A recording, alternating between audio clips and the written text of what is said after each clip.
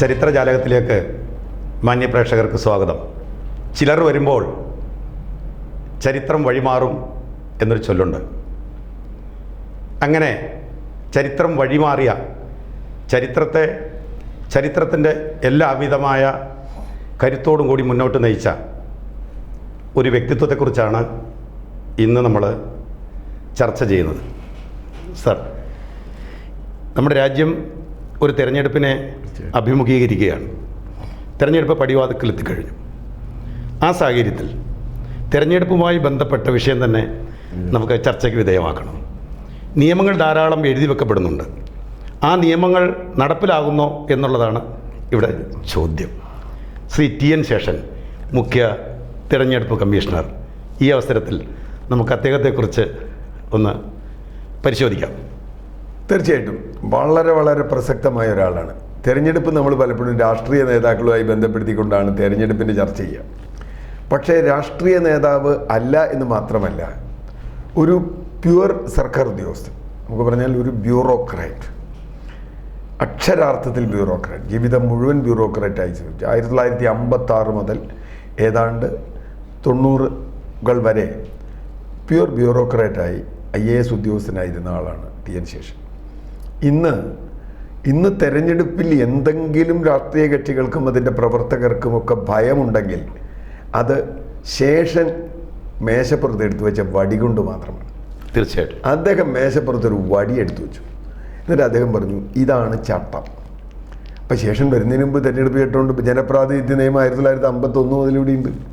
അതിലെ ചട്ടങ്ങളുണ്ട്, അതിലെ നിയന്ത്രണങ്ങളുണ്ട്. ഇതൊക്കെ ഉണ്ടായിരുന്നു എന്ന് നമ്മൾ മനസ്സിലാക്കുന്നത് ശേഷൻ വരുമ്പോഴാണ്. ഇന്ന് ഭരണകക്ഷികൾക്ക് പോലും തെരഞ്ഞെടുപ്പ് ഉദ്യോഗസ്ഥരെ ഭയമാണ്. അതെ, കാരണം ഇന്ന് വലിയ സംവിധാനങ്ങൾ, ശേഷൻ്റെ കാലത്ത് അതൊന്നുമില്ല എങ്കിൽ പോലും മുഴുവൻ വീഡിയോ ചെയ്യുന്നു, പ്രസംഗങ്ങൾ മുഴുവൻ വീഡിയോ ചെയ്യുന്നു, പ്രചരണ വാഹനങ്ങൾ വീഡിയോ ചെയ്യുന്നു, അതിൻ്റെ കണക്കെടുക്കുന്നു, അക്കൗണ്ട് പരിശോധിക്കുന്നു, അങ്ങനെ നിരവധി സംവിധാനങ്ങൾ. ഇതൊക്കെ പറയുമ്പോഴും തിരഞ്ഞെടുപ്പ് കുറ്റമറ്റതാണെന്ന അഭിപ്രായമൊന്നും എനിക്കില്ല. എങ്കിൽ പോലും ഒരു ഭയം നമ്മുടെ രാഷ്ട്രീയ കക്ഷികൾക്ക് ഉണ്ടാകുന്നത്, ഈ മാഷ് സ്കൂളിൽ വടി വയ്ക്കാൻ, ഞാൻ വടിയെന്ന് ഉദാഹരണം, മാഷ് വടി അവിടെ വെച്ചാൽ കുട്ടികളും ഉണ്ടായിരിക്കും കുറച്ചു നേരമെങ്കിലും. ഇതാണ് ശേഷൻ ചെയ്തത്. ശേഷനെ പറ്റി പറയാൻ ഒരുപാട് കാര്യങ്ങളുണ്ട്. ഞാൻ അതിനു മുമ്പ് ഇന്ത്യയിലെ ആദ്യത്തെ പൊതു തിരഞ്ഞെടുപ്പിനെ കുറിച്ച് നമ്മൾ നെഹ്റുവിനെ കുറിച്ച് സംസാരിച്ചപ്പോൾ പറഞ്ഞൊരു കാര്യമുണ്ട്. സ്വതന്ത്ര ഇന്ത്യയുടെ ചരിത്രം ഏറ്റവും നന്നായി എഴുതിയിട്ടുള്ള ഒരാൾ, സ്വതന്ത്ര ഇന്ത്യയുടെ രാമചന്ദ്ര ഗുഹയാണ്. അതിൽ അദ്ദേഹം പറയുന്ന വളരെ നിർണായകമൊരു കാര്യം, ഇന്ത്യയിലെ ആദ്യത്തെ പൊതു തിരഞ്ഞെടുപ്പാണ്. സുകുമാർ സെൻ എന്ന് പറയുന്ന അന്നത്തെ തെരഞ്ഞെടുപ്പ് കമ്മീഷണർ, അദ്ദേഹത്തിൻ്റെ ഇതുണ്ട്, അദ്ദേഹവുമായിട്ടുള്ള ഇൻ്റർവ്യൂ നടത്തിയിട്ടുണ്ട്. അദ്ദേഹത്തിന് ഒരുപാട് വിവരങ്ങളുണ്ട്. അന്ന് എത്ര ബുദ്ധിമുട്ടിയിട്ടാണ് ഒരു ചട്ടമുണ്ടാക്കിയത്, എങ്ങനെയാണത് ഇത്രയും വലിയൊരു സംവിധാനം ഉണ്ടാക്കിയത്. പക്ഷേ ആ ചട്ടങ്ങളൊക്കെ കടലാസിൽ മാത്രമാവുകയും ഏട്ടിലെ പശു മാത്രമാവുകയും മറിച്ച് രാഷ്ട്രീയ കക്ഷികൾക്ക് ഇഷ്ടം പോലെ പെരുമാറുകയും ചെയ്തു. പിന്നെ വന്നാൽ കോടതിയിൽ പോയി ഒരു പരാതി കൊടുത്ത്, തെരഞ്ഞെടുപ്പ് കേസ് കൊടുത്ത് ചിലപ്പോഴാവാം. അങ്ങനെയായിരുന്നു ഇന്ദിരാഗാന്ധിയുടെ പ്രസിദ്ധമായ അലഹാബാദ് ഹൈക്കോടതി വിധിയും 1975 ജൂൺ 12 വിധിയും. അതിനെ തുടർന്ന് ഇന്ത്യൻ രാഷ്ട്രീയത്തിലുണ്ടായി വലിയ മാറ്റവും. അതൊക്കെ നമ്മൾ കണ്ടതാണ്. പക്ഷേ ശേഷൻ എന്ന ബ്യൂറോക്രാറ്റ് ഈ അധികാരം ഏൽക്കുന്നത് 1990-ലാണ്. അതെ, 90 മുതൽ അദ്ദേഹം ഇരുന്ന 96 വരെയുള്ള കാലം എന്ന് പറയുന്നത് ഒരുപക്ഷെ ഇന്ത്യൻ രാഷ്ട്രീയത്തിലെ ഏറ്റവും ടർബുലൻ്റായ കാലങ്ങളിൽ ഒന്നാണ്. തീർച്ചയായിട്ടും. രാഹുൽ ഗാന്ധിയുടെ പിതാവ് രാജീവ് ഗാന്ധി വെടിയേറ്റ് കൊല്ലപ്പെടുന്നു. അതിന് തൊട്ട് മുമ്പുള്ള കാലത്താണ് ഇദ്ദേഹം വരുന്നത്. ചന്ദ്രശേഖർ ഇന്ത്യയുടെ പ്രധാനമന്ത്രിയായിരുന്ന ഒരു കാലത്ത്. ശേഷം തന്നെ പറയുന്നുണ്ട് ഒരു ഇൻ്റർവ്യൂവിൽ, ഡോക്ടർ സുബ്രഹ്മണ്യ സ്വാമി, നമുക്കറിയാം, സാമ്പത്തിക ശാസ്ത്രജ്ഞനാണ്, ഹർവാർഡ് യൂണിവേഴ്സിറ്റിയിൽ ഉണ്ടായിരുന്ന ആളാണ്. ഹർവാർഡ് യൂണിവേഴ്സിറ്റിയിൽ ശേഷൻ്റെ ഒപ്പം ശേഷനൊരു ട്രെയിനിങ്ങിന് പോയപ്പോൾ 1 കൊല്ലോ 2 കൊല്ലമൊക്കെ അന്ന് ഹർവാർഡിൽ അദ്ദേഹം പഠിപ്പിക്കുന്നുണ്ട് അസിസ്റ്റൻറ്റ് പ്രൊഫസറായിട്ട് സുബ്രഹ്മണ്യ സ്വാമി. അങ്ങനെയുള്ളൊരു പരിചയമാണ്. അങ്ങനെയാണ് അദ്ദേഹത്തിൻ്റെ അധികാരം ഉപയോഗിച്ച് നമുക്കൊരു നല്ല തെരഞ്ഞെടുപ്പ് കമ്മീഷണർ വേണം എന്ന് തീരുമാനിച്ച് ഈ ചുമതല ഏൽക്കാൻ ശേഷനെ ഏൽപ്പിക്കുന്നത് എന്ന് പറയുന്നുണ്ട്. അന്ന് ഇന്ത്യൻ രാഷ്ട്രീയത്തിലുള്ള ഒരു പ്രശ്നം, ശക്തമായ രാഷ്ട്രീയ നേതൃത്വമില്ല. ഒരു വശത്ത് VP സിംഗിൻ്റെ മന്ത്രിസഭ താഴെ വീഴുന്നു, ചന്ദ്രശേഖർ വരുന്നു, അത് തന്നെ ആടി ഉലയുന്നു, ഇനി എന്ത് സംഭവിക്കുമെന്ന് അറിയില്ല. അങ്ങനെയൊക്കെയുള്ള 91-ലെ തെരഞ്ഞെടുപ്പിൻ്റെ ഒക്കെ ഒരു കാലം എന്ന് പറയുന്നത്, അതിലാണ് രാജീവ് ഗാന്ധി കൊല്ലപ്പെടുന്ന തെരഞ്ഞെടുപ്പ്. അപ്പോൾ ആകെ കലങ്ങി മറിഞ്ഞ ഇന്ത്യൻ രാഷ്ട്രീയത്തിൽ ഒരുപക്ഷെ അത് ശേഷന് സഹായമായിട്ടുണ്ടാവാം. കാരണം ശക്തമായൊരു നേതൃത്വം, ഇന്ദിരാഗാന്ധി പോലെയോ അല്ലെങ്കിൽ ഏതെങ്കിലും ഒരു ഇപ്പോൾ നരേന്ദ്രമോദി പോലെയോ ശക്തമായൊരു നേതൃത്വം ഇരുന്നുകൊണ്ട് അങ്ങനെ ചെയ്യരുതെന്ന് പറഞ്ഞിട്ടുണ്ടാവില്ല. അതുകൊണ്ട് സ്വതന്ത്രമായി എന്താണ് തെരഞ്ഞെടുപ്പ് കമ്മീഷൻ, എങ്ങനെയാണ് തെരഞ്ഞെടുപ്പ് ഡ്യൂട്ടികൾ ചെയ്യേണ്ടത് എന്ന കാര്യം ശേഷൻ നമുക്ക് അഭിമാനത്തോടെ പറയാവുന്ന മലയാളിയാണ്. അതെ, നമുക്കൊക്കെ അറിയാം. എങ്കിൽ പോലും പാലക്കാട് തിരുനെല്ലായിൽ ഒരു വലിയ കുടുംബത്തിലാണ് അദ്ദേഹം. അദ്ദേഹത്തിൻ്റെ അച്ഛൻ വക്കീലായിരുന്നു, അദ്ദേഹം ഏറ്റവും ഇളയ മകനാണ്. മക്കളൊക്കെ അദ്ദേഹത്തിൻ്റെ ജ്യേഷ്ഠന്മാരൊക്കെ പിന്നെ വലിയ വലിയ പൊസിഷനിലുള്ള ആളുകളാണ്. 55-ൽ IPS കിട്ടിയിട്ട് പുള്ളി വേണ്ടെന്ന് വെച്ചു. അതെ, IPS വേണ്ടെന്ന് വെച്ചിട്ടാണ് വേണ്ടെന്ന് വെച്ചു, എനിക്ക് IAS തന്നെ വേണം എന്ന് പറഞ്ഞു. തമിഴ്നാട് കാഡറിൽ കയറി കുറേ കൊല്ലം തമിഴ്നാട് വർക്ക് ചെയ്തു. ദിണ്ടിഗലായിരുന്നു, ദിണ്ടിഗൽ സബ് കളക്ടർ അങ്ങനെയൊക്കെ ആയി വന്നു. അവസാനം കളക്ടറായി, ഡിപ്പാർട്ട്മെൻറ്റ് സെക്രട്ടറിയായി. 76-ലാണ് അന്നത്തെ മുഖ്യമന്ത്രിയുമായുള്ള അഭിപ്രായ വ്യത്യാസം വെച്ച് തമിഴ്നാട്ടിൽ നിന്ന് അദ്ദേഹം കേന്ദ്ര ഇതിലേക്ക് പോകുന്നത്. പിന്നെ അദ്ദേഹത്തെ നമ്മൾ അവസാനമായി കാണുന്നത് ക്യാബിനറ്റ് സെക്രട്ടറി എന്ന സീനിയർ മോസ്റ്റ് IAS പദവിയിലാണ്. അതെ അതെ, ക്യാബിനറ്റ് സെക്രട്ടറി ആയിരിക്കുമ്പോഴാണ് അദ്ദേഹത്തിന് ഈ ഒരു പോസ്റ്റിംഗ്. പ്ലാനിംഗ് കമ്മീഷൻ മെമ്പർ ആയിട്ടുണ്ട്, പലതുമായിട്ടുണ്ട്, വളരെ ഉയർന്ന സ്ഥാനങ്ങളുണ്ട്. രാജീവ് ഗാന്ധിയുടെ പ്രതിരോധ ചുമതല വഹിച്ചിട്ടുണ്ട്. രാജീവ് ഗാന്ധിയായിട്ട് വളരെ ക്ലോസ് ആയിരുന്നു അദ്ദേഹം, നമുക്കറിയാം. അപ്പോൾ വളരെ ശക്തമായ ഒരു ക്ലോസ് എന്ന് പറഞ്ഞാൽ അദ്ദേഹത്തിന് രാഷ്ട്രീയത്തിലൊന്നുമില്ല. അദ്ദേഹത്തിൻ്റെ രാഷ്ട്രീയം എന്ന് പറഞ്ഞാൽ ഈ തെരഞ്ഞെടുപ്പ് കമ്മീഷൻ എന്നുള്ള നിലയ്ക്ക് ഒരു വിട്ടുവീഴ്ചയ്ക്കും അദ്ദേഹം തയ്യാറായിരുന്നില്ല. ആദ്യത്തെ തെരഞ്ഞെടുപ്പ് അദ്ദേഹം ചെയ്യുമ്പോൾ ഏതാണ്ട് 1488 പേരുടെ സ്ഥാനാർത്ഥിയാവാനുള്ള യോഗ്യത ഇല്ലാതാക്കി ആ തെരഞ്ഞെടുപ്പ്. അതെ, 14,000. പിന്നെ 44,000 പേർക്ക് വരവ് ചെലവ് കണക്ക് കാണിക്കാത്തതുകൊണ്ട്. ഇപ്പം തെരഞ്ഞെടുപ്പിൻ്റെ വരവ് ചെലവ് കണക്ക് എനിക്ക് നന്നായി അറിയാം. തെരഞ്ഞെടുപ്പുമായി ബന്ധപ്പെടുമ്പോൾ ഇവർ കൊടുക്കുന്ന കണക്കൊക്കെ തെറ്റാണ്. ഏത് സ്ഥാനാർത്ഥിയും അല്ല സ്വതന്ത്രമൊക്കെ ഉണ്ടോ എന്ന് എനിക്കറിയില്ല. സാധാരണ ഏതെങ്കിലും രാഷ്ട്രീയ പാർട്ടികൾ കൊടുക്കുന്ന ചില കാര്യങ്ങൾ കൊടുക്കേണ്ട പാർട്ടി ചെലവ്, പിന്നെ പൊതു ചെലവ്, അത് കഴിഞ്ഞ് സ്ഥാനാർത്ഥിയുടെ ചെലവ് വേറെ, അങ്ങനെയൊക്കെ ആണ് കാണിക്കുന്നതെങ്കിലും പക്ഷേ ഒരു മോണിറ്ററിംഗ് ഉണ്ട് എന്ന് വന്നതാണ്. അതെ അതെ.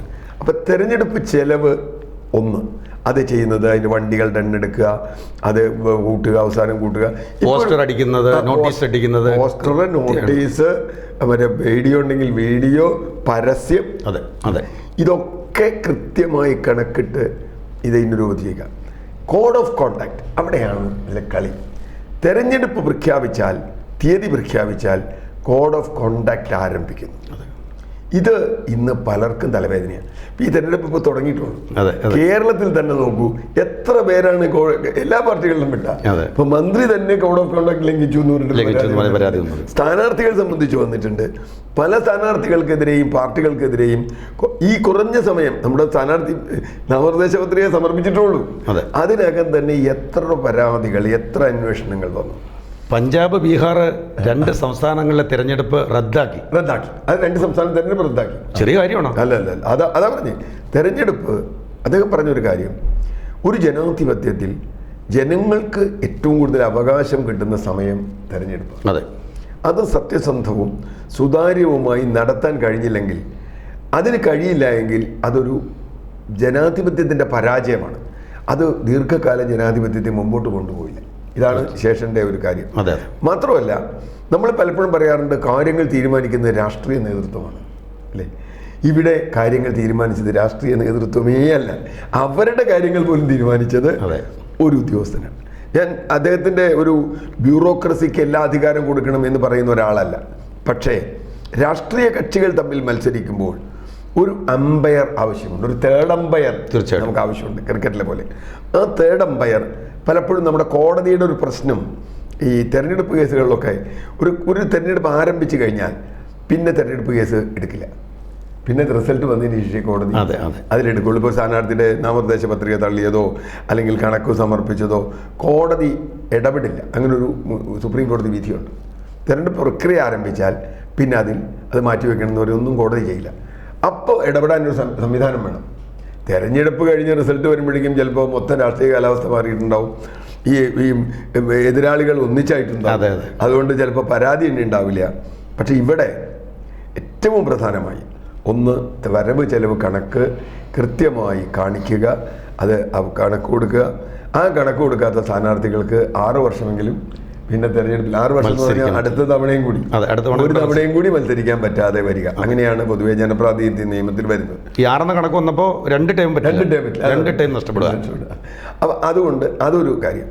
രണ്ടാമത് വോട്ടർ ഐ ഡി കൊണ്ടുവന്നതോടുകൂടി കള്ള വോട്ടിൻ്റെ പെർസെൻറ്റേജ് കാര്യമായി കുറഞ്ഞിട്ടുണ്ട്. കാരണം മറ്റതിപ്പോൾ മാധവൻ മകൻ രാമകൃഷ്ണൻ എന്ന് പറഞ്ഞ് പോയി എന്നാൽ ആദ്യ മാധവൻ ഏത് രാമകൃഷ്ണൻ, ആ ബൂത്തിലിരിക്കുന്ന ഓഫീസറും ആ ബൂത്തിലിരിക്കുന്ന ഏജൻറ്റും ഒക്കെ തമ്മിൽ അണ്ടർസ്റ്റാൻഡിങ് ആണെങ്കിൽ അതുപോലെ ബൂത്ത് പിടിക്കുന്ന കാര്യങ്ങൾ. അപ്പോൾ വോട്ടർ ഐ ഡി എന്ന് പറയുന്നത് വളരെ വളരെ വളരെ പ്രധാനപ്പെട്ട ഒന്നായി ശേഷൻ കൊണ്ടുവന്നു. അത് നമുക്ക് ഒരു കാരണവശാലും പറ്റില്ല. മൂന്നാമത് കൈക്കൂലി ഭീഷണി. ഇപ്പോൾ ഏതെങ്കിലും ഒരു സ്ഥാനാർത്ഥി അല്ലെങ്കിൽ സ്ഥാനാർത്ഥിയുടെ ഏജൻറ്റ് ഒരു വോട്ടറെ ഭീഷണിപ്പെടുത്തി എന്ന് പരാതി കിട്ടിയാൽ അത് തെരഞ്ഞെടുപ്പ് ചട്ടത്തിൻ്റെ വലിയ ലംഘനമായിട്ട് കണക്കാക്കും. അതുപോലെ പണം കൊടുക്കുന്നു, പണം വിതരണം ചെയ്യുന്നതുമായി ബന്ധപ്പെട്ട് ഇപ്പോൾ ഇന്നലെ ചില പരാതിയൊക്കെ വന്നിട്ടുണ്ട്. കേരളത്തിൽ പോലും അങ്ങനെ കൊടുക്കുമെന്ന് എനിക്കറിയില്ല. കേരളത്തിൽ അങ്ങനെ കാശ് കൊടുത്താൽ വോട്ട് ചെയ്യുമെന്ന് എനിക്കറിയില്ല. ഏതായാലും കാശ് കൊടുക്കുന്നതിൻ്റെ പരാതി മറ്റ് സംസ്ഥാനങ്ങളിലൊക്കെ അത് വ്യാപകമായിട്ടുണ്ട്. അതുപോലെ അക്രമം. ഇപ്പോൾ എനിക്ക് ഓർമ്മയുള്ളത് ഒരു 78-80 കാലത്ത് നോർത്ത് ഇന്ത്യയിൽ ബീഹാറിലൊരു സ്ഥലത്ത് അവിടെ CPIയുടെ ഒരു സ്ഥാനാർത്ഥിയാണ് സ്ഥിരം ചെയ്യിക്കുക. ആ തവണ അദ്ദേഹം തോറ്റു. അപ്പോൾ അദ്ദേഹത്തിന് ഞാൻ കണ്ടു. അദ്ദേഹം പിന്നെ കേന്ദ്രമന്ത്രിയൊക്കെ ആയിരുന്ന ആളാണ്. അപ്പോൾ അദ്ദേഹത്തിന് ഞാൻ നേരിട്ട് കണ്ടു. ഇവിടുന്ന് കത്തൊക്കെ വാങ്ങി പഴയ കമ്മ്യൂണിസ്റ്റ് ബന്ധമൊക്കെ വെച്ച് കണ്ടു. വളരെ നല്ല മനുഷ്യനാണ്. അപ്പം യഥാർത്ഥ കമ്മ്യൂണിസ്റ്റുകാരനാണ്. അദ്ദേഹത്തിന് വളരെ ലളിതമായൊരു ജീവിതമാണ്. അപ്പോൾ അദ്ദേഹത്തിനോട് സംസാരിച്ചപ്പോൾ ഞാൻ ചോദിച്ചു, എന്താ ഇത്തവണ തോറ്റേ? അദ്ദേഹം പറഞ്ഞു 4 തോക്കിൻ്റെ കുറവുണ്ടായിരുന്നു. 4 തോക്കും കൂടി ഉണ്ടായിരുന്നെങ്കിൽ ഞാൻ ജയിച്ചേനെ, 4 ബൂത്തും കൂടി പിടിച്ചെങ്കിൽ ഞാൻ ജയിച്ചേനെ. അപ്പോൾ എനിക്ക് അത്ഭുതം തോന്നി. ആ സ്ഥലത്തൊക്കെയാണ് ശേഷൻ വരുന്നതെന്ന് ആലോചിക്കുന്നത്. അവിടെയാണ് 4 തോക്കും കൂടി ഉണ്ടായിരുന്നെങ്കിൽ ഞാൻ ജയിച്ചേനെ, എതിരാളിക്ക് എന്നേക്കാൾ തോക്ക് കൂടി എന്ന് പറയുന്ന ഒരു സ്ഥലത്തേക്കാണ് ശേഷൻ്റെ ഈ സംഗതി വരുന്നത്. പിന്നൊന്ന് ആരാധനാലയങ്ങൾ, ജാതി, മതം, അതിൻ്റെ ഇടപെടൽ സംഗതി. ഇപ്പോൾ BJPക്ക് പോലും ടെൻഷനുണ്ട്. കാരണം ചില കാര്യങ്ങൾ ഇപ്പോൾ കേരളത്തിൽ തന്നെ കണ്ടില്ലേ, ഒരാൾ ദൈവത്തിന്റെ പടം വെച്ചു. രാമറാവു ഈശ്വരന്റെ വെച്ച് മത്സരിച്ച നാടാണ്. രാമറാവു കൃഷ്ണനായും രാമനായും ഒക്കെ വന്നിട്ടുണ്ട്. അല്ല, ഞാൻ പറഞ്ഞത് രഥം കൊണ്ടുവന്നു. അങ്ങനെയുള്ള ഒരു നാട്ടിൽ ജാതി, മതം, ആരാധനാലയങ്ങൾ, ദൈവം, ഇത്തരം സിംബലുകൾ തെരഞ്ഞെടുപ്പിൽ ഉപയോഗിക്കാൻ പാടില്ല. ഇൻഡയറക്റ്റായിട്ടൊക്കെ ഉപയോഗിക്കുന്നുണ്ടെങ്കിലും ഡയറക്റ്റായിട്ട് അത് ഉപയോഗിച്ചാൽ അപകടമാണ്. ഇപ്പോൾ കേരളത്തിൽ തന്നെ ഒരു സ്ഥാനാർത്ഥി ഒരു ക്ഷേത്രത്തിൻ്റെ പടം വെച്ച് വന്നു എന്ന് പറഞ്ഞൊരു പരാതി വന്നു. ഭയം മാറ്റി, പോസ്റ്റർ പിൻവലിച്ചു. ഞാൻ പറഞ്ഞത് ക്ഷേത്രത്തിൻ്റെ പടം വയ്ക്കുന്നത് ശരിയോ തെറ്റോ എന്നുള്ളതല്ല. അദ്ദേഹം പറയുന്നത് ഞാൻ ക്ഷേത്രത്തിൻ്റെ അല്ല, അവിടുത്തെ ഒരു ഉത്സവത്തിൻ്റെ പടമാണ് വെച്ചതെന്നാണ്. പക്ഷെ അതുകൊണ്ട് കാര്യമല്ലോ ക്ഷേത്രം. അപ്പം ഞാൻ പറഞ്ഞത് ഇതിൻ്റെയൊക്കെ തുടക്കം എവിടെയാണ്? ഇതിൻ്റെയൊക്കെ തുടക്കം 1990-ൽ ശേഷൻ എന്ന് പറയുന്ന ഒരാൾ വച്ച വടി എത്ര ശ്രമിച്ചിട്ടും രാഷ്ട്രീയ നേതാക്കൾക്ക് ആ വടി ഇപ്പോഴും മാറ്റാൻ കഴിഞ്ഞിട്ടില്ല. അതെ. എന്നിട്ട് പിന്നെ അന്നത്തെ ഭരണകൂടം വേറെ സംവിധാനം കൊണ്ടുവന്ന് 2 കമ്മീഷണർമാരെ. അതാണ് ഇദ്ദേഹത്തെ പരാജയപ്പെടുത്താൻ ചെയ്ത പണിയാണ് 2 കമ്മീഷണർമാർ, MS ഗില്ലും കൃഷ്ണമൂർത്തി 2 കമ്മീഷണർമാരെ കൊണ്ടു. പക്ഷേ ഞാൻ പറയുന്നത് 2 കമ്മീഷണർമാർ വന്നിട്ട് പോലും ശേഷൻ പ്രഭാവം അവസാനിച്ചു. കാരണം അതിന് ഒരു കാര്യം എന്താണെന്നറിയോ? എനിക്കത് തോന്നിയ കാര്യം, ശേഷൻ രാഷ്ട്രീയ നേതാക്കളെക്കാൾ വിശ്വാസ്യതയുള്ളൊരു ബ്യൂറോക്രാറ്റായി വലിയൊരു വിഭാഗം ജനങ്ങളുടെ ബോധ്യപ്പെട്ടു. ആരാധകരെന്ന് മാത്രമല്ല, അധികം ഈ ഇലക്ഷൻ അല്ലെങ്കിൽ പറഞ്ഞു ആരാധകരുടെ ഇടയിൽ പ്രത്യേകിച്ച് മിഡിൽ ക്ലാസ് മാധ്യമങ്ങൾ ഒക്കെ തന്നെ അദ്ദേഹത്തിൻ്റെ ഈ ഇടപെടൽ ജനാധിപത്യത്തിന് അനിവാര്യമാണ് എന്ന്. അത് അപ്പോൾ ജനങ്ങളാണല്ലോ ജനാധിപത്യം നിശ്ചയിക്കണം. ജനങ്ങളിലുള്ള കോൺഫിഡൻസ് രാഷ്ട്രീയ നേതാക്കൾക്ക്, ഇദ്ദേഹവും രാഷ്ട്രീയ നേതാക്കളും തെരഞ്ഞെടുപ്പ് നടത്തിപ്പിനെ പറ്റി അഭിപ്രായം പറഞ്ഞാൽ ജനങ്ങൾ ശേഷൻ പറയുന്ന അഭിപ്രായത്തിൻ്റെ കൂടെയാണ് ശരിയാണെന്ന് പറയും നിൽക്കുള്ളൂ. കാരണം രാഷ്ട്രീയ നേതാക്കൾക്ക് ജയിക്കാൻ താല്പര്യമുണ്ട്. അതുപോലെ ബൂത്ത് പിടുത്തവുമായി ബന്ധപ്പെട്ട് മറ്റൊന്ന് അദ്ദേഹത്തിൻ്റെ ഈ സർക്കാർ ഉദ്യോഗസ്ഥർ തെരഞ്ഞെടുപ്പിൽ ഇടപെടുന്നതുമായി അത് ഇന്ദിരാഗാന്ധിയുടെ കേസ് നമുക്ക് ഓർക്കാം. ഇന്ദിരാഗാന്ധിക്ക് അത് വരുന്നത് തന്നെ ഒരു സർക്കാർ ഉദ്യോഗസ്ഥൻ ഇടപെട്ടു എന്ന് പറഞ്ഞതുകൊണ്ടാണ്. അപ്പോൾ ഇത് വളരെ കൃത്യമായും സർക്കാർ ഉദ്യോഗസ്ഥരുടെ റോൾ എന്താണ്, അത് തെരഞ്ഞെടുപ്പ് കാലത്ത് നിങ്ങൾ ഏത് തരത്തിൽ ചെയ്യണം. ഇന്നിപ്പോൾ സോഷ്യൽ മീഡിയയൊക്കെ വളരെ സൂക്ഷ്മമായി നോക്കിക്കൊണ്ടിരിക്കുക. യൂട്യൂബ് നോക്കുന്നു, ഫേസ്ബുക്ക് നോക്കുന്നു, ഒക്കെ നോക്കിക്കൊണ്ടിരിക്കുക. കാരണം എന്താ വെച്ചാൽ എവിടെയെങ്കിലും ഒരു പ്രശ്നം വന്നാൽ അതുടനെ തെരഞ്ഞെടുപ്പ് കേസായി വരും. അത് ഒരുപക്ഷെ ചിലപ്പോൾ അയാൾ ജയിച്ചാൽ പോലും രക്ഷപ്പെടാത്ത പരുവത്തിലേക്ക് 6 വർഷത്തേക്ക് പോകാൻ വന്നേക്കാം. മറ്റൊന്ന് ഈ പ്രചരണ രീതികളെക്കുറിച്ച്. ഇപ്പം മൈക്ക്, എനിക്ക് ഓർമ്മയുണ്ട് എൻ്റെ കാലത്ത് തെരഞ്ഞെടുപ്പ് എന്ന് പറഞ്ഞാൽ രാത്രി 12 മണിക്കും 1 മണിക്കും ഒക്കെ വെളുപ്പം കാലത്ത് മൈക്ക് വെച്ച് വെളിച്ചം ഇങ്ങനെ വെച്ചുകൊണ്ടിരിക്കും. അതിനുശേഷം പറഞ്ഞാൽ അത് പറ്റില്ല. കാരണം മനുഷ്യൻ്റെ മനസ്സമാധാനം കളയുന്ന തരത്തിൽ പ്രചരണം നടത്താൻ പാടില്ല. ഞാൻ രാത്രി കിടന്നുറങ്ങുമ്പോൾ എൻ്റെ ചെവിയിൽ വന്നിട്ട് ഇന്ന സ്ഥാനാർത്ഥിക്ക് വോട്ട് ചെയ്യൂ, അല്ലെങ്കിൽ അതിൻ്റെ നേട്ടം കോട്ടം എന്നൊക്കെ പറഞ്ഞാൽ ഉപയോഗിച്ചിരുന്ന മൈക്കോ വലിയ കോളാമ്പി പോലത്തെ മൈക്ക് അത് രാത്രി മുഴുവൻ വയ്ക്കും. എന്നിട്ട് നേതാക്കന്മാർക്ക്, എനിക്ക് ഓർമ്മയുണ്ട്, ഒരു നേതാവ് ഒരിക്കൽ പ്രസംഗിക്കാൻ വന്നത് രാത്രി 1 മണിക്കാണ് എൻ്റെ നാട്ടിൽ. അത് അവിടെ ബാക്കി നേതാക്കന്മാരിങ്ങനെ പ്രസംഗിച്ചുകൊണ്ടിരിക്കണോ, അന്ന് ഇത്രയും വാഹനമില്ല. ഓടിപ്പിടഞ്ഞ് നേതാവ് 1 മണിക്കൂർ കാച്ചി. അപ്പോൾ രാത്രി 2 മണിക്ക് ഇപ്പം കേൾക്കാൻ താല്പര്യമുള്ളവർ അവിടെ പോയി കേട്ടോട്ടെ, നമുക്കൊരു വിരോധമില്ല. പ്രചരണം രാത്രി പാടില്ല, മൈക്കിൻ്റെ ഇത്രേ പവർ ഇത്രേ പാടുള്ളൂ. ഇങ്ങനെയുള്ള നിരവധി കാര്യങ്ങൾ അദ്ദേഹം ഇത് കൊണ്ടുവന്നു. സർക്കാർ സംവിധാനങ്ങളുടെ ഒരു ദുരുപയോഗം. യെസ്, സർക്കാർ സംവിധാനങ്ങളുടെ ഉദ്യോഗസ്ഥരുടെ ജനപ്രാതിനിധ്യ നിയമം അത്രയും ശക്തമാണ്. അതുപോലെ ഈ സർക്കാർ വാഹനങ്ങൾ ഉപയോഗിക്കുക, പോലീസിനെ ഉപയോഗിക്കുക, റെസ്റ്റ് ഹൗസുകൾ കൊടുക്കുക, അതൊക്കെ കുറഞ്ഞില്ല ഇപ്പോൾ. ഏറ്റവും സങ്കീർണമായൊരു കാലത്ത് അതാണ് ഞാൻ ശേഷൻ്റെ ടൈമിംഗാണ്. ഇന്ത്യയിൽ ഒരു രാഷ്ട്രീയ കക്ഷിക്കും അപ്രമാദിത്വമില്ലാത്ത കാലത്താണ് ശേഷൻ വന്നത് എന്നതും അദ്ദേഹത്തിന് ഗുണകരമായ ഒരു കാര്യമാണ്. പിന്നാണ് ശേഷൻ വന്നെങ്കിൽ ശേഷനോട് പോകാൻ പറയും. കാരണം ശേഷന് മിണ്ടാൻ പറ്റില്ല. അല്ലെങ്കിൽ ഇന്ദിരാഗാന്ധിയുടെ കാലത്താണ് വന്നെങ്കിൽ ശേഷന് മിണ്ടാൻ പറ്റില്ല. പക്ഷേ ആ വന്ന കാലം, അതിനുശേഷം പിന്നെ നരസിംഹറാവു വരുന്നു, അയാളും വളരെ വീക്കായിട്ട് ഒരാളാണ്. പിന്നെ ദേവഗൗഡ വരുന്നു, അപ്പോൾ മൻമോഹൻ സിംഗ് അങ്ങനെ ഇദ്ദേഹത്തിൻ്റെ കാലത്ത് ദേവഗൗഡ വരെ ഉള്ളൂ. അത് കഴിഞ്ഞ് ഇദ്ദേഹം റിട്ടയർ ചെയ്യാണ്. ഞാൻ പറയുന്നത് ശേഷൻ റിട്ടയർ ചെയ്തിട്ടും ശേഷൻ എവിടെയുണ്ട്. ശേഷൻ മരിച്ചിട്ടും ശേഷൻ ഇലക്ഷൻ കമ്മീഷനിലുണ്ട്. തീർച്ചയായിട്ടും ശേഷന്റെ ഒരു എനർജി അവിടെയുണ്ട്. അത് ഞാൻ പറഞ്ഞ വടി ആരെ കൊടുത്ത് മാറ്റാൻ പറ്റിയിട്ടില്ല. അപ്പോൾ ആ വടി എവിടെ ഇരിക്കുന്നതുകൊണ്ട് ഇന്ന് പേടിയുണ്ട് എല്ലാവർക്കും. രാഷ്ട്രീയ കക്ഷികൾക്ക് തോന്നിയ പോലെ ചെയ്യാൻ പറ്റില്ല. തോന്നിയ പോലെ അതുകൊണ്ട് തന്നെ ജനങ്ങൾക്ക് ഒരു പരിധി വരെയെങ്കിലും ജനാധിപത്യത്തിൽ ഒരു വിശ്വാസ്യത വർദ്ധിച്ചു എന്ന് പറയും, നിലനിർത്താൻ പറ്റുന്നുണ്ട്. ഇപ്പം നമ്മളത് എപ്പോഴും പറയാറുണ്ട്, ഇന്ത്യയോടൊപ്പം സ്വതന്ത്രമായി ജനാധിപത്യം വന്ന മിക്കവാറും എല്ലാ സ്ഥലങ്ങളും പൂട്ടിപ്പോയി. നമ്മുടെ അയൽ രാജ്യങ്ങളും മറ്റു പല രാജ്യങ്ങളും ഇന്ന് ജനാധിപത്യം അവസാനിപ്പിച്ചു. ഇവിടെ ഇപ്പോഴും അങ്ങനെ ജനാധിപത്യം നിലനിൽക്കുന്നുവെങ്കിൽ അതിന് ഏറ്റവും പ്രധാനപ്പെട്ട ഉത്തരവാദപ്പെട്ട ഒരു ഉദ്യോഗസ്ഥൻ മലയാളിയായ ടി.എൻ.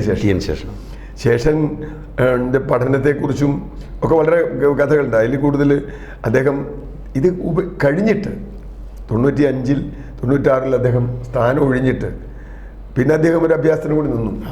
അദ്ദേഹം കെ.ആർ. നാരായണനെതിരെ മത്സരിക്കാൻ നിന്നു, രാഷ്ട്രപതി സ്ഥാനാർത്ഥിയായിട്ട് നിന്നു. അത് പിന്നെ വലിയ ഗുണമുണ്ടായില്ല. അതിനുശേഷം ഗാന്ധിനഗറിൽ അദ്ദേഹം അദ്വാനിക്കെതിരെ ലോക്സഭാ സ്ഥാനാർത്ഥിയായി കോൺഗ്രസിൻ്റെ. അതൊന്നും പിന്നെ ശേഷൻ്റെ ഒരു ഗുണമോ ദോഷമായിട്ടില്ല. പക്ഷേ നമ്മൾ കാണേണ്ടത്, നമ്മൾ ശേഷനെ അതിന് മുമ്പുള്ള ശേഷനോ അതിന് ശേഷമുള്ള ശേഷനോ അല്ല. ഈ ശേഷൻ എന്ന പേരിനെ കുറിച്ച് എനിക്കൊരു പ്രൊഫസറുണ്ടായിരുന്നു. അപ്പോൾ അദ്ദേഹം തൃശ്ശൂർ സെൻറ്റ് തോമസിൽ പ്രൊഫസറായിരുന്നു. അദ്ദേഹത്തിൻ്റെ പേര് ശേഷൻ. അപ്പോൾ അദ്ദേഹം പറയും, എങ്ങനെയാണ് എൻ്റെ പേര് വന്നതെന്ന്. ഇദ്ദേഹത്തിന് എങ്ങനെയാണോ എന്നറിയില്ല. തമിഴ് ബ്രാഹ്മിൻ പേരുകളാണ്. അപ്പോൾ ആദ്യം രാമൻ, കൃഷ്ണൻ, അനന്തൻ, നാരായണൻ ഇങ്ങനെയൊക്കെ പേരിടും. കുറച്ച് കഴിയുമ്പോൾ ഗോപാലകൃഷ്ണൻ, രാമകൃഷ്ണൻ, അനന്തനാരായണൻ എന്ന് പേരിടും. കുറച്ച് കഴിയുമ്പോൾ അനന്തരാമഗോപാലൻ, ഗോപാലകൃഷ്ണ രാമൻ അങ്ങനെയൊക്കെ പറഞ്ഞ് 3ാമത്തെ പേരിടും. അങ്ങനെ എല്ലാ കോമ്പിനേഷനും കഴിഞ്ഞപ്പോൾ ഞാനുണ്ടായി. അപ്പോൾ എൻ്റെ അച്ഛൻ പറഞ്ഞു, ഇനിയിപ്പോൾ ശേഷിക്കുന്നത് ശേഷനാവട്ടെ എന്ന് പറഞ്ഞതുപോലെ. പക്ഷേ ടി.എൻ. ശേഷനെ സംബന്ധിച്ചിടത്തോളം അത് അക്ഷരാർത്ഥത്തിൽ അത് അദ്ദേഹം കാണിച്ചു. ഈ എല്ലാ കോമ്പിനേഷനുകൾക്കും അപ്പുറത്തേക്ക് ഏത് രാഷ്ട്രീയം വന്നാലും നിങ്ങൾക്ക് ഒരു പരിധി, ഞാൻ പറഞ്ഞ ഒരു വൃത്തം, ആ വൃത്തം വലുതാക്കാം ചെറുതാക്കാം അവർക്കൊക്കെ ഉണ്ട്. ചാടുമ്പോൾ ഇതിനപ്പുറത്തേക്ക് പോയാൽ കുഴപ്പമാണ് എന്നൊരു തോന്നൽ, ഒരു ഭയം ഇന്ത്യൻ പ്രധാനമന്ത്രി മുതൽ ഇവിടുത്തെ ഏറ്റവും പഞ്ചായത്ത് മെമ്പർക്ക് വരെ ഒരു ഭീതി ഉണ്ടാക്കാൻ കഴിഞ്ഞിട്ടുണ്ട്. എനിക്ക് തോന്നുന്നു നമുക്ക് ഈ ശേഷനെ കുറിച്ചുള്ള ഓർമ്മ ഈ തെരഞ്ഞെടുപ്പ് കാലത്ത് വീണ്ടും ഓരോ തെരഞ്ഞെടുപ്പ് കാലത്തും ഓർക്കും, നമ്മൾ ശേഷനെ ഓർക്കും. ഈ തെരഞ്ഞെടുപ്പിലും നമ്മൾ ശേഷനെ ഓർക്കുന്നുണ്ട്. ശേഷൻ കൊണ്ടുവന്ന ജനപ്രാതിനിധ്യ നിയമത്തിലെ ചട്ടങ്ങൾ മുമ്പോട്ട് പോകേണ്ടതുണ്ട്. അത് പോകും എന്ന് തന്നെയാണ് നമ്മൾ പ്രതീക്ഷിക്കുന്നത്. അത് ജനാധിപത്യത്തിൽ നമുക്കുള്ള ഒരു വിശ്വാസം വർദ്ധിപ്പിക്കുകയും ചെയ്യും. അദ്ദേഹം സബ് കളക്ടറായിട്ടിരുന്ന സമയത്താണെന്ന് തോന്നുന്നു ഒരു ദിവസം 3 ട്രാൻസ്ഫർ. അത് ചരിത്രത്തിൽ ഇടം പിടിച്ച വേറെ ഒരാൾക്ക് അങ്ങനെ ഉണ്ടായിട്ടുണ്ടാവില്ല. ഒരു സർക്കാർ ഉദ്യോഗസ്ഥനും ഒരു ദിവസം 3 ട്രാൻസ്ഫർ 3 സ്ഥലത്തേക്ക് മാറ്റി കൊണ്ടുവരുന്നുള്ളത്. അല്ല, അതെന്താ വെച്ചാൽ അദ്ദേഹം അന്ന് മുതലേ അങ്ങനെയാണ് നിലപാടുള്ള അതല്ലേ പറഞ്ഞു. 1976 അടിയന്തരാവസ്ഥ നിൽക്കുമ്പോഴാണ് അദ്ദേഹം സ്റ്റേറ്റ് ഗവൺമെൻറ്റുമായിട്ട് തെറ്റിയിട്ട് സെൻട്രൽ ഗവൺമെൻറ്റിലേക്കും എടുത്തു പോകുന്നു. അപ്പോൾ അതൊക്കെ പിന്നെ വളരെ എന്താ പറയുക, അദ്ദേഹം വളരെ ഒരു വൈകാരികമായ ഒരു തരത്തിലും അങ്ങനത്തെ പ്രതികരിക്കാത്ത ഒരാൾ. ഇപ്പോൾ ഒരു ക്രിക്കറ്റിലെ MS ധോണിയെ പറ്റി പറയുന്ന മാതിരി ഒരു കൂൾ മിസ്റ്റർ കൂൾ എന്ന് പറയുന്ന മാതിരിയുള്ള ഒരു തൻ്റെ ജോലിയിൽ അങ്ങനെയാണ്. അവസാന ഘട്ടത്തിലും അദ്ദേഹത്തിൻ്റെ പ്രായാധിക്യം വെച്ചുകൊണ്ട് ചില വാർത്തകളൊക്കെ പ്രചരിച്ചിരുന്നു. വേണമെങ്കിൽ അദ്ദേഹത്തിന് ആ സമയത്ത് ഒരു മാനനഷ്ട കേസ് കൊടുക്കുകയൊക്കെ ചെയ്യാം. അതിനൊക്കെ അദ്ദേഹം ചിരിച്ചുകൊണ്ട് അതെ ഞാൻ പറയാം, വളരെ കൂൾ മിസ്റ്റർ കൂൾ എന്ന് പറയുന്നത്. കാരണം അദ്ദേഹത്തെ സംബന്ധിച്ചിടത്തോളം എനിക്ക് തോന്നുന്നു എല്ലാ മനുഷ്യരും ജീവിതത്തിൽ, അദ്ദേഹം 2019 മരിക്കുമ്പോൾ ആ കാലത്ത് 82 വയസ്സായിരുന്നു.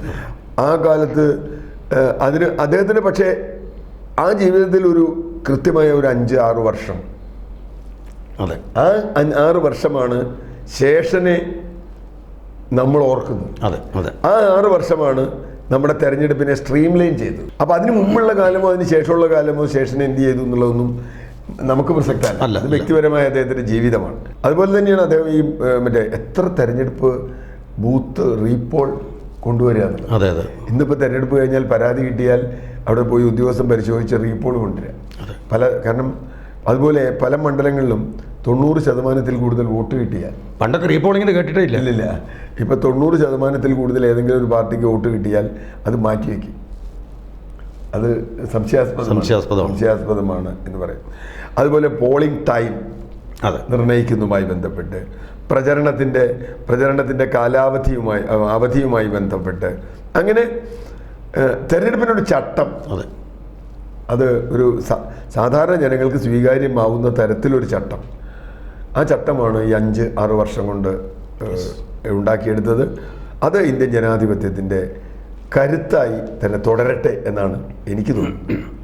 ഈ തെരഞ്ഞെടുപ്പ് കാലത്ത് ഒരു വലിയ അവയർനെസ് നമ്മുടെ മനസ്സിലുണ്ട്. എന്നിരുന്നാൽ പോലും സാർ പറഞ്ഞതുപോലെ ഇന്ത്യൻ ജനാധിപത്യ ചരിത്രത്തിൽ തങ്കലിപികളാൽ എഴുതി വയ്ക്കപ്പെട്ട ഒരു വ്യക്തിത്വമാണ് ശേഷൻ എന്ന് നമുക്ക് പറയേണ്ടി വരും. അടുത്ത മറ്റൊരു വിഷയവുമായി അടുത്തയാഴ്ച വീണ്ടും കാണാം. നമസ്കാരം.